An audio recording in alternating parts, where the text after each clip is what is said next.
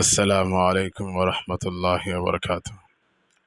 সম্মানিত উপস্থিতি, প্রিয় দেশবাসী, সম্মানিত ওলামায়ে কেরাম, বিগত ৩-৪ দিন থেকে বাংলাদেশের আলেম সমাজের মধ্যে আমাদের জাতীয় মসজিদ বাইতুল মুকাররমের খতিব নিয়োগ নিয়ে চলছে নানান কথা, নানান কল্পনা জল্পনা। জাতীয় মসজিদ বাইতুল মুকাররম দেশের জাতীয় মসজিদ। এই হিসেবে এই মসজিদের যিনি খতিব হবেন, এমন এক ব্যক্তি খতিব হবেন যিনি পুরো জাতির আমানতকে রক্ষা করবেন।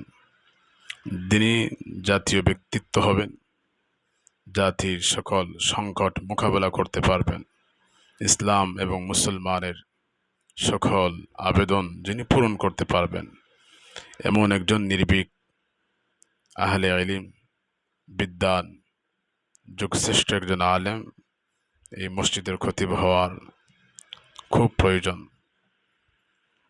বাংলাদেশ জাতীয় মসজিদের দীর্ঘ 23 বছরের খতিব ছিলেন খতিব আল্লামা ওবায়দুল হক রহমতুল্লাহ আলাইহি,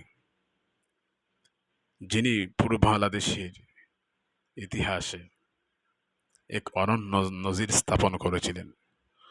পুরো জাতির ইমানি দায়িত্ব পালন করেছিলেন, জাতির রাহবরের ভূমিকায় উত্তীর্ণ হয়েছিলেন, ইসলাম মুসলমানের সকল প্রয়োজন দেখেছেন, সকল সংকটে তিনি অগ্রণী ভূমিকা পালন করেছেন। যখন ইসলাম ও মুসলমানদের উপর কোনো আঘাত হয়েছে, তিনি দারাজ কণ্ঠে প্রতিবাদ জানিয়েছেন। তো এই সময়ে আমরা দেখতে পাচ্ছি বর্তমান খতিবদের নিয়ে নানান কথা চলছে।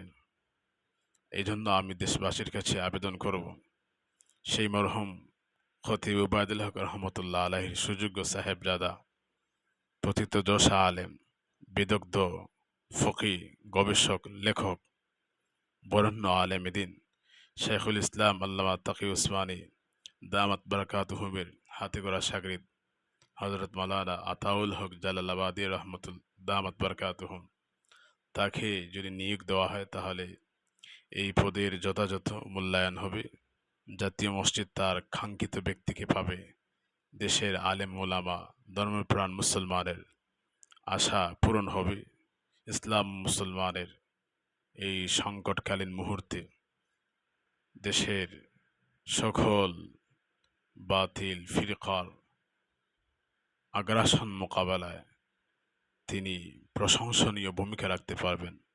যেহেতু সর্বত্র তার আওয়াজ চলছে, এজন্য আমি সবাইকে বলবো, আপনারা আপন আপন অবস্থান থেকে আতাউল হক জালালাবাদী দামাত বারাকাতুহুমকে খতিব নিয়োগ দেওয়ার জন্য দৌড় জাবি জানান।